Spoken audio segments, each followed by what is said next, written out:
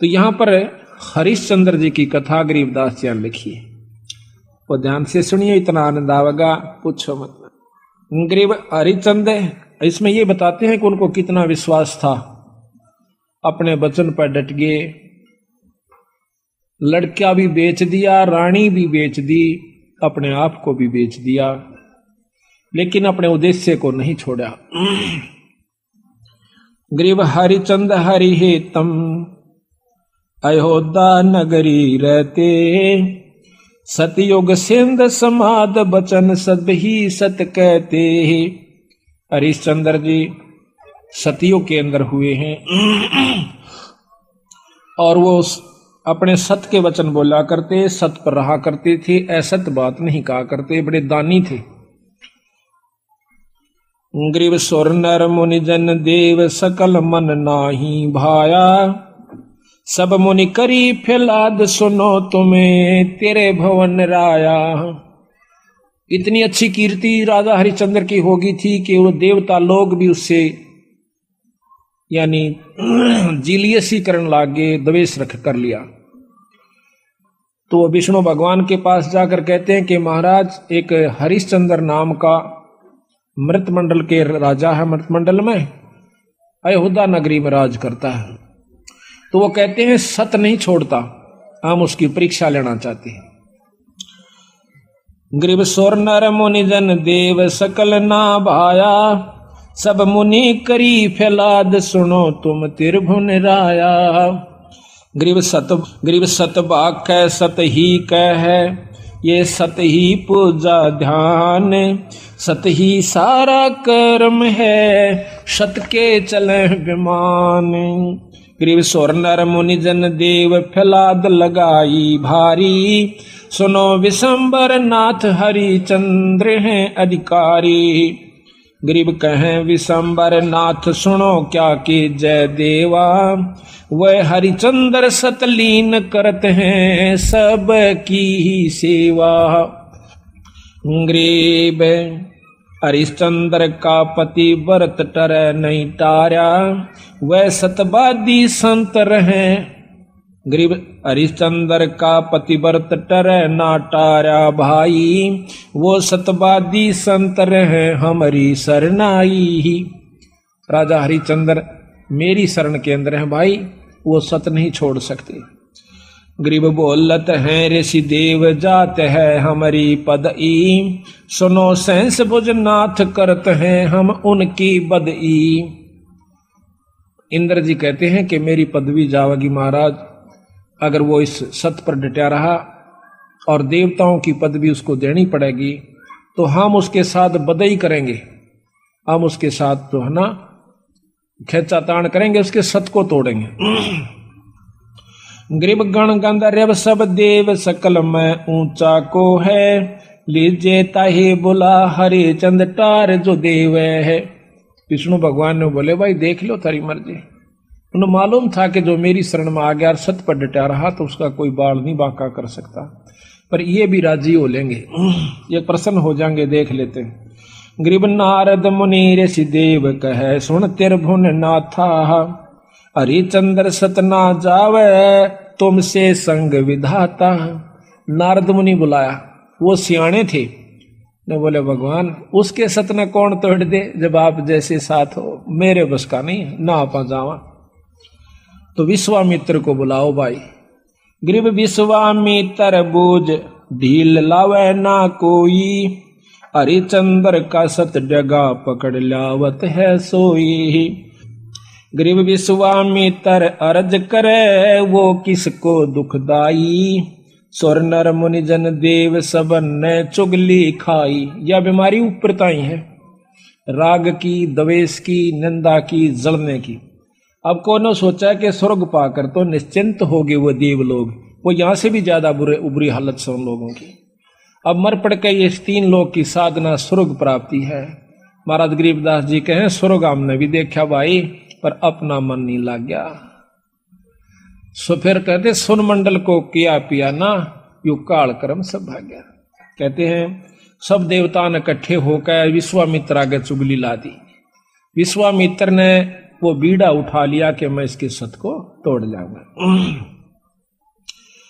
गरीब लेकिन वो भी पूछा ऐसे कि भाई वो किसने दुख देश है, क्यों दुखी करो बेचारे ने। तो सबने चुगली निंदा कर करा के और वो श्रृंगार दिया। गरीब सबे कहें ऋषि देव हरिचंद जो डगाई, विश्वामित्र आण बीड़ा जो लिया उठाई। गरीब आबिया ताबिया त्रास दीजियो हमरे ताही। ये 3 प्रकार के दुख होते हैं प्रताड़ना करने के, जो कि गुप्त रूप से संत छोड़ देते हैं और वो परेशान हो जाता है। पकड़ ल्याऊं हरिचंद पलक ना ढील लगाई, गरीब जब दे दो त्रास कहे भगतन के ईसा। हरिचंद विश्वामित्र जब दिया किया मर्तलोक पियाना, दारे रूप बराहा बाग में ल्या धिमताना। विश्वामित्र ने एक सुअर का रूप बनाया, जंगली सुअर का। राजा हरिचंद्र का एक बहुत कीमती बाग बहुत प्रेम से लगवा रखा था। उस सुअर ने वो सारी बगीची उखाड़ दी, नीचे हुड शरीर अपना मुंह देवे और उथल पुथल कर दे। को जावे नजदीक उस माली ने या उनको खान न भाजे, यानी तीर भी मार लिए, उसका कोई असर नहीं हुआ। तो सब उठकर राजा हरिचंद्र के पास आते हैं। तो हरिचंद्र बोल रहा भाई की बात होगी। कहने लगे महाराज जी एक ईसा का सूता हुआ रहा है सुअर है, और वो तो सारा बगीचा उजाड़ दिया और हमने तीर गोली मार के देख ली, उसका असर ना होता। तो कहते हैं राजा हरिचंद्र ने खुद घोड़ा पिड़वाया, उसके ऊपर अपना अग्नि बाण लेकर अगर के बाण लेकर के बैठ गया और सेना भी साथ चढ़ ली। एकदम राजा हरिचंद्र जब आवास है वो सुअर उसमें से निकल कर भाग लेता है। राजा हरिचंद्र इतना तेजी से भागता है, सेना तो बहुत पीछे रहेगी, वो आगे चले जाते हैं। वहां जाकर के विश्वामित्र एक ब्राह्मण का रूप बना ले से, और एक लड़की और एक लड़का 2 अपनी सिद्धि से तैयार कर देता है। उस लड़की को राजा के पास ले आवे, हाथ जोड़ कर न्यू कैसे, हे राजन, हे एक क्षत्रिय, एक विपर का काम कीजिए। अक महाराज एक यहाँ पर शायर आया था, अकमन ना बेरा शायर सुर का, पर मेरा काम कर महाराज। किधर छुप गया होगा, कित पाओगा तनव के काम से विप्रवर के एक कन्या है ये, इसका ब्याह करना से कुछ कन्या दान करना चाहिए था, कोई व्यक्ति नहीं मिल रहा था, आप आगे धन्य है। राजा हरिश्चंद्र आप तो सतवादी हो, आप क्षत्रिय हो, ये गरीब कन्या एक ब्राह्मण की लड़की का ब्याह हो रहा है, इस पर कृपा करिए। तो बोले महाराज जी ठीक से स्नान कर ले, नहा धो लिया। कहते हैं कि इनका पति कहाँ है उसको बुलाओ। उसी समय वो लड़का बुला लिया, फेरे करवा दिए। कहने लगे इनको कन्यादान दे, 7 असरपी दे दी। क्योंकि कन्या नहीं कर मांडा, ऐसे नहीं करा। तो वो कहता है हरिश्चंद्र कि तू राजा होकर और 7 असरपी दिखावे, तेने शर्म नहीं आती, तुझे श्राप दे दूंगा। हरिश्चंद्र कहे महाराज नो ना कर, या मैं थोड़ा लेके आया था, जल्दी में था, आप चलो जितना चाहो सो ले लो। कदे वहां मुकर जा, अक नहीं मुकरूंगा, अक लिख कर दे दे। क्या लिखवाओ? अक आपका सारा राज मेरे नाम लिख दे, वो आप पैसे दे देना तन दे दूंगा। कदे उड़ा जाकर राज्यापन दिखावा। तो उसी समय लिख दिया कि मैं सर्वस्व अपना राज्य और इसको देता हूं, ब्राह्मण के नाम करता हूं, विपर के नाम। वापस आ जाते हैं। आगे आके राजा को ने बोला बैठ घोड़े पर। घोड़े पर बिठा के अगली तरफ और पाछा वो पंडित जी बैठ गया विश्वामित्र। राजा को गले से पकड़ लिया आगे थे, अब तो मेरा बंधुआ हो गया। अब सैनिका ने देखा कि राजा को अरे को ऋषि पकड़े बैठा, तीर चढ़ा लिए। राजा ने बोला कि या तीन मना कर दे, क्यों मरवा है मुझे, ना अपना वचन हार जा। सब उसको कह दिया कि चुप भाई मारो मत, नहीं इसका कोई कसूर नहीं है, मैंने लिख कर दे रखा है। तो ने बोला राज मेरे नाम हो लिया, बता कितने देगा वो। 70 जो है ना 100 असरफी चाहिए थी, 100 बार। वो बोला वो भी दूंगा। ने बोला कितने देगा? तो हार जा अपने बच्चन ने कह दे मैं नहीं दे सकता। ना ये नहीं कह सकता, कुमा के दूंगा। कुमागा 100 असरफी इतने 10 साल में भी ना कुमाई जा। ने बोला महाराज हमने बेच दे सारे परिवार ने चल कर, तेरे पैसे जरूर दूंगा मां। तो उसी समय रानी को पकड़वा लिया और उसके बाल पकड़ लिया विश्वामित्र। राजा कति नहीं कसक्या, रानी को मतलब राजा को भी बहुत परेशान कर दिया अपनी सिद्धि से। तो फिर भी ने बोला विश्वामित्र के अब भी राजा अपने वचन ने छोड़ दे, मैं दोनों वन छोड़ दूंगा। कहते हैं वो रानी कहती है कि महाराज नजर नजरा में ऐसे ढंग से कह रही है कि वचन मत हारना, वचन साधन नहीं है, और चाहे जीत मर जाओ पर आप वचन नहीं हारांगे। रानी ने भी ये प्रण करके यानी उसको सहारा दिया, उसको ले जा करके काशी में ले जाता है, अयोध्या में चौकी बिठा दी यानी अपना राज बिठा दिया। अयोध्या में आकर के उसको बेचता, काशी में आकर बेचता है। राजा लड़के को और रानी को एक ब्राह्मण ले लेता है हर हीरा नाम का, 50 बाहर के अंदर 50 जो भी असरफी थी या जो न देना था उसके रूप में। फिर आप जाकर के एक भंगी के पास जाता है, वो कहता है कि तूने मुर्द फरोश का काम करना पड़ेगा। क्या काम है महाराज? कि जो भी आवे मुर्दा उससे कफन उतार लेना ना, उसको 100 रुपया लेना है उससे टैक्स का। बोला अच्छा जी ठीक है, अगर छोड़ दिया तो तेरे से ले लूंगा। बिल्कुल नहीं छोड़ूंगा, ठीक है। कई दिन तक भूखा बाणा बैठा रहा।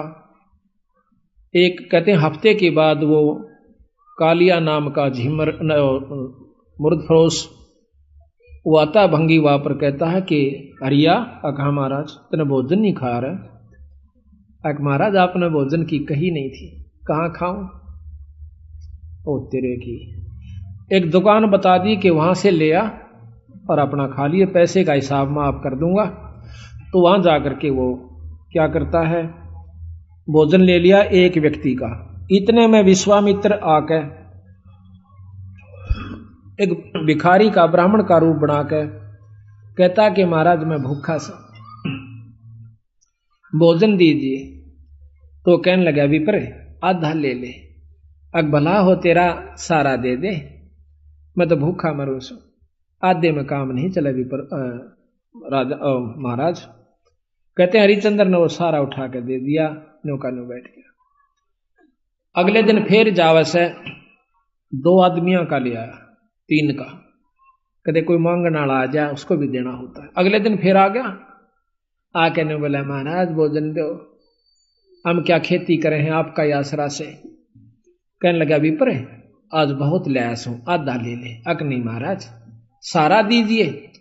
एक कबीर साहब कहते हैं वो नरता मुए जो पर घर मांगन जा, अरुण तो पहला वह मरे जो जा मुख निकसे ना। न बोला ले भाई ले जा। 15 दिन बीत गए, रोटी नहीं खाई, दुर्बल शरीर हो गया। और उधर से रानी आती है पानी लेने के लिए ब्राह्मण का, और उस घाट पर जब वह पानी भर आई तो उठा को नहीं घड़ा। रानी कहती है कि महाराज ये घड़ा उठवाइए। और न बोला रानी कमाल कर रही है तू, ब्राह्मण के घड़े का एक भंगी हाथ लावे, मेरे बस का नहीं, इसमें अंदर बढ़कर उठा ले पानी का मां बढ़कर। यहां थोड़ी सी विपरीत कथा हमने सुनने को मिला करती थी कि घाट पर रानी पानी लेने गई थी कुएं पर, और वहां पर यह भी आ गया था पानी लेने के लिए। नहीं, ये गलत है। गरीबदास महाराज ने जो लिखी है वो सत्य है, क्योंकि इन लाखों वर्ष पहले की रामायण भी ज्यों की तो मिलती है बंदी छड़ की। तो वहां पर रानी आई थी पानी लेने की खातिर, तो हरिचंद ने कहा कि अंदर पानी में डुबकी लगा करके घड़ा उठा लीजिए। घर आ जाती है। कुछ दिनों के बाद लड़का रोहतास उस पंडित जी की खातिर फूल लेने जाया करता था। वो रोजाना फूल ला करके पंडित जी को दिया करता था। वो अपने देव के ऊपर, अपने इष्ट के ऊपर पूजा किया करता था। एक दिन कहते हैं रोहतास फूल लेने के लिए जावा है, विश्वामित्र वहां पर एक सर्प का रूप धारण करके वो छोरे को डस लेता है। तो पड़ा पड़ा रोहतास ने कहा ऐसा कि माली मेरी मां ने जिक्र ना करिए भाई, पंडित जी ने बता दे जाकर। वो भाग्या जावस है। अब पंडित जी चाड़ा हो गया कि हो गया कि वो लड़का किसका था भाई, रोहतास नाम बतावस है, और वो तो सांप ने डस लिया और मर गया भाई। उसी समय भाग लेता है वो हरिहर पंडित जी हर हीरा लाल का, और इतनी सुन ली उस लड़की ने भी, यानी उसकी मां ने भी रोहतास की ने कि छोरे का तो सर्प लग गया। वह भी भागी आवस। बुरी तरह वो ब्राह्मण छोरे ने छाती लाकर रोया है कि बेटा कौन हुई रोतासिया। तो कहते हैं रानी ने बोली महाराज ए पिताजी रोआ मत ना, कि ताने जाने हंस हैं क्यों चिंता करते हो। उस माँ ने उस ब्राह्मण का ढाढ़स बढ़वाया कि ये तो आना जाना खेल से, रो मत ना महाराज, हम सब ने जाना से, हमारे साथ होनी थी सो होगी, कोई बात नहीं। अब वहां से लेकर के वो लड़के का कफन उसके ऊपर लपेट के कपड़ा चल देती है। अब गरीब की गेला कौन जा, हरी हीरा और 2-3 जने वो जाते हैं, जाकर के मर्द घाट पर लुटा देती है, फूकण की तैयारी करे से इधर उधर से लकड़ी तैयार करके। तो इतने में हरिया आ जाता है। हरिश्चंद्र कैसा कि माई वो दे टैक्स 100 रुपया काट। तो वहां पर वो कहती है कि महाराज ये आपका बेटा रोहतास है, अग मेरा कोई पुत्र नहीं है, और मैं आपकी रानी सू, कोई पुत्र नहीं, मेरा कोई बेटा नहीं, 100 रुपया दे दे। तो बोली चाला कर रहे हो कि यहां पर मैं किस पे लाऊं, इस नगर में मैंने कोई जानता भी को ना, और ना मेरा कोई भाई। इतनी कहकर रो पड़ती है, कहने लगे आड़ा ये को नहीं चल रहा, 100 रुपया दे दे, मैं नौकर प्रयास हूं आज।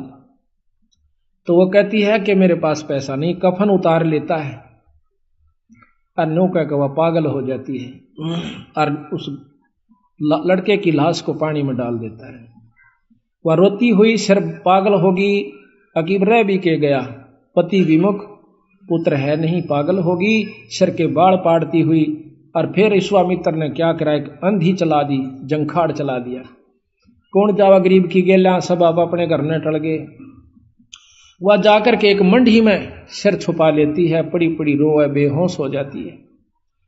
उधर से विश्वामित्र ने क्या करा, एक बहुत बड़े अधिकारी का लड़का एक बाघ का रूप बनाकर, चीते का रूप बनाकर छोरा मार दिया, पाट दिया और भाग गया लेकर के। वो ढूंढ पड़ी, जब वो विश्वामित्र ही दूसरा रूप बनाकर कहता है कि आजो मैं बताऊंगा थारे छोरे ने एक डायन ने खा लिया। और क्या करा विश्वामित्र ने, एक पशु की को खत्म करके और उसका आगे उसके हाथ पांव खून खान लगा के घेर दिया और उसके मुंह का खून लगा दिया। बेहोश पड़ी थी वह रोहतास की मां तारावती।